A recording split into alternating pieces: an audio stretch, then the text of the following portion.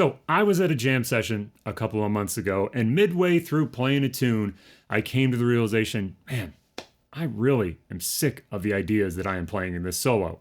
This led me to change up my practice routine a little bit and really get back to focusing on just building vocabulary, learning licks. That's what we're going to take apart today. We're going to look at 5 of the ideas that I have been practicing over the last couple weeks. We're going to break them down a little bit so you can get them into your playing. All right, what's up everyone? Thanks for tuning in. Today, we're literally just breaking down a couple licks that I've been working on.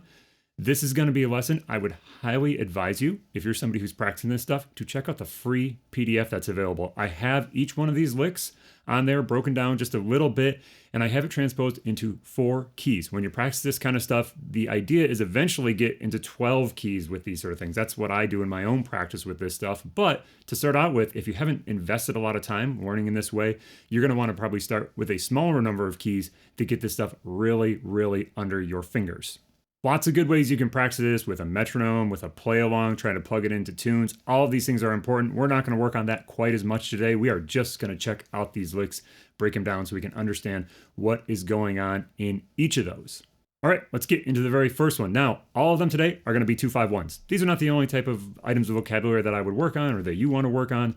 But for me right now, I've really been trying to get some new ways of navigating through 2-5-1s into my playing. So all of these are things that maybe I've just never really worked on. Some of them are things I composed. Some of them are things I stole from solos. Some of them are things that I was kind of playing, but didn't really have mastery over and wanted to refine to make sure I could really do it in all keys. So here is our first lick. It is a short 2-5-1 in the key of C.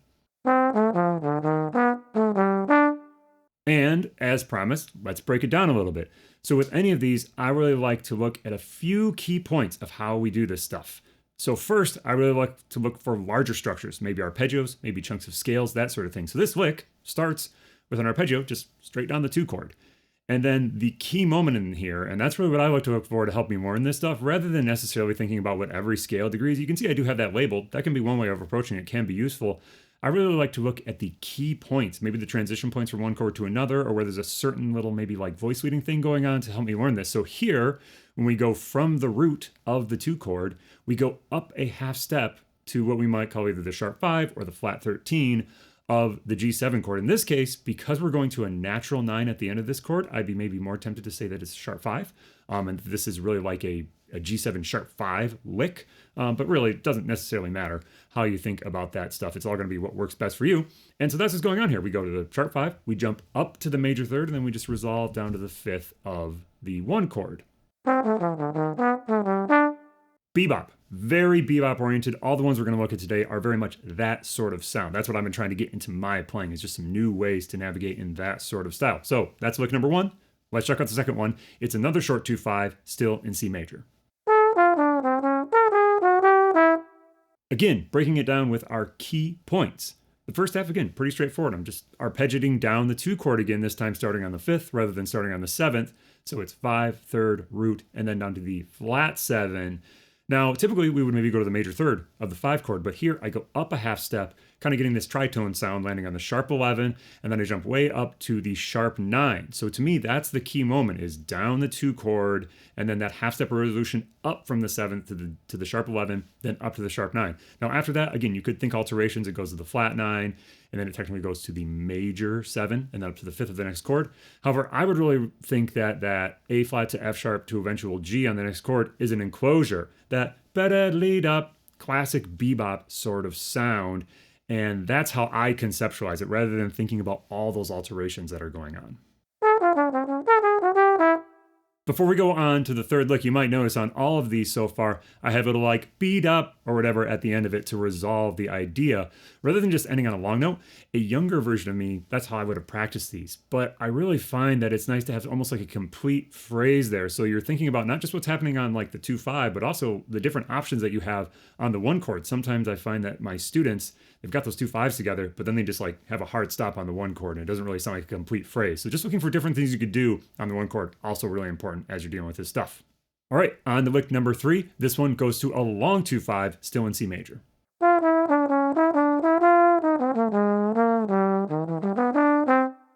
Okay, a little bit more complicated music theory going on here. Now, if you've never worked on these before, I should add, I would really start with learning some of those short 2/5s. They are less information, they're a little simpler, so they're a little easier to get under your fingers. These long 2/5s, there's just more information there to learn, so they can be harder to transpose through all the keys. So be thoughtful when you practice this stuff. So when we break this one down, if we look at the 2 chord, again, thinking about our little important moments, the first chunk of that chord, this part,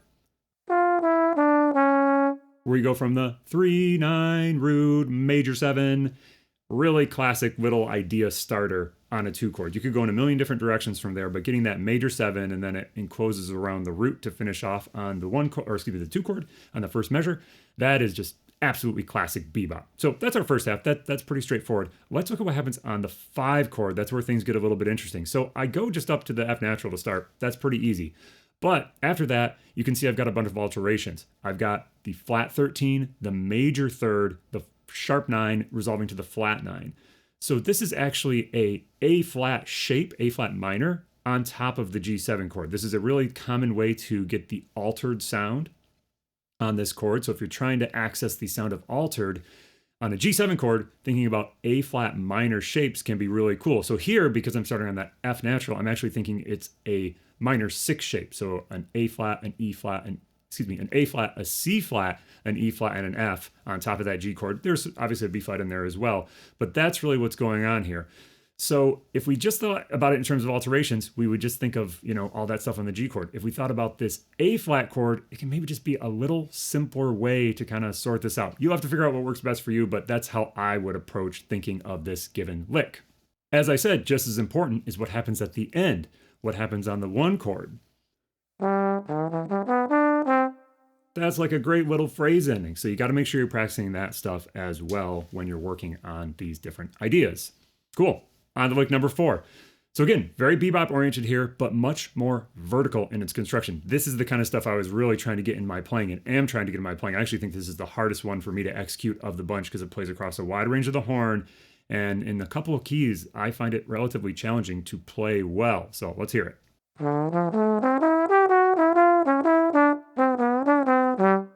As I said, very vertical. We go all the way up through the 2 chord, all the way from the root, 3rd, 5th, 7, 9, 11. So all the way up there. That's kind of stuff I usually don't play.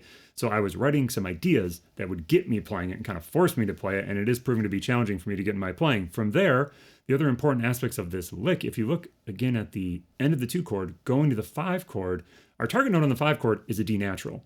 I had this interesting little enclosure around the end of that ba-da-doo-da, where I pass through the major 7, the major 3rd on a minor chord. So I would just think about it as an enclosure. Technically speaking, if we wanted to get like super nitty gritty music theory, it's almost like it's D minor 7 for 3 beats and then D dominant 7th for beat 4 when we add that F sharp in there. I don't know if anybody needs to worry about it in that way. It's really just voicely and an enclosure that's going on, but lots of little levels on this sort of thing. Since many of these ideas are very bebop oriented, I've really been trying to dig into how I use enclosures, how I use other chromatic passing notes, rather than just thinking about, I gotta get this really hip harmonic thing in here. So the second half of this idea on the 5 chord, you can see it's a bunch of enclosures around the different chord tones. So we start on I said we start on the 5th, we start on the flat 7, that's my bad. I wasn't reading my example very accurately there. So we were on the F natural on the G chord, and then I'm enclosing around the D natural on the and of 2, this sort of thing. Classic. And then I do the same thing basically to get to the 1 chord. I start on the C, that's my eventual resolution note, below, above, resolution. Classic sort of enclosure and approach note, things going on in this idea. All right, we made it all the way to lick number 5. This last one is straight from the man himself. This is a J.J. Johnson lick. This is one I've referenced a couple times in some YouTube videos recently and maybe in some YouTube shorts. I've been working on the solo this is pulled from with a number of my students over the last couple months. That is Old Devil Moon, a real classic J.J. solo. And there's one lick in there that I always draw their attention to that I found that I didn't really ever play it in any keys other than the key that he plays it in. He plays it in the key of F, but I just never played it in any other keys, so I wanted to get together in some other keys. It sounds like this.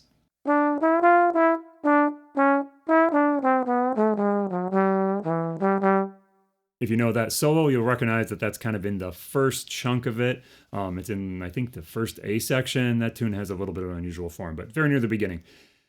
So let's break it down a little bit, see what's happening. So again, pretty straightforward things happening on the 2 chord. Just go up the scale a little bit, back down. It's really all about what happens on the 5 chord and the enclosures. That's interesting for me here again, because I'm trying to get that sort of stuff more in my playing. So if we look at the 5 chord, I basically am just going right down the scale till I get to the very end of this idea.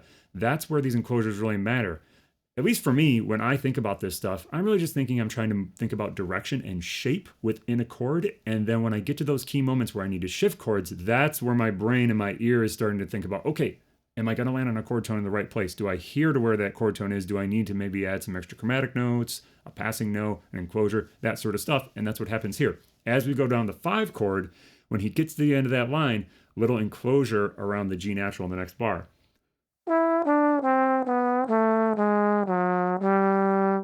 You know, that A flat to F sharp to G. I very doubt he was thinking, oh, it's a flat 9, then a major 7, then resolving to the 5th. It's all about enclosures and that sort of stuff going on. Now, one other thing to point out in this lick, when he plays this, he does add a little bit of an extra bit of ornamentation.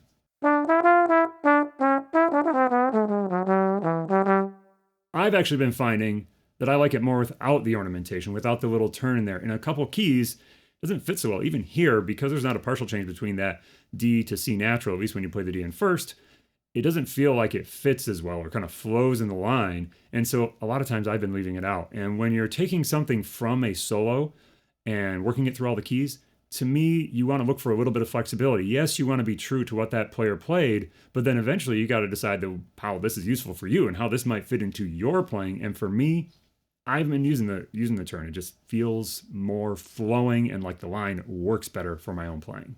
All right, there you go. 5 licks that I've been working on. I'm going to keep practicing this way for actually a fair amount longer. I'm actually liking the way that this is working for my playing. I haven't really practiced in this way, especially just total 2-5-1, wearing it in all 12 keys, trying to plug it into different tunes. I haven't practiced that way in quite a long time.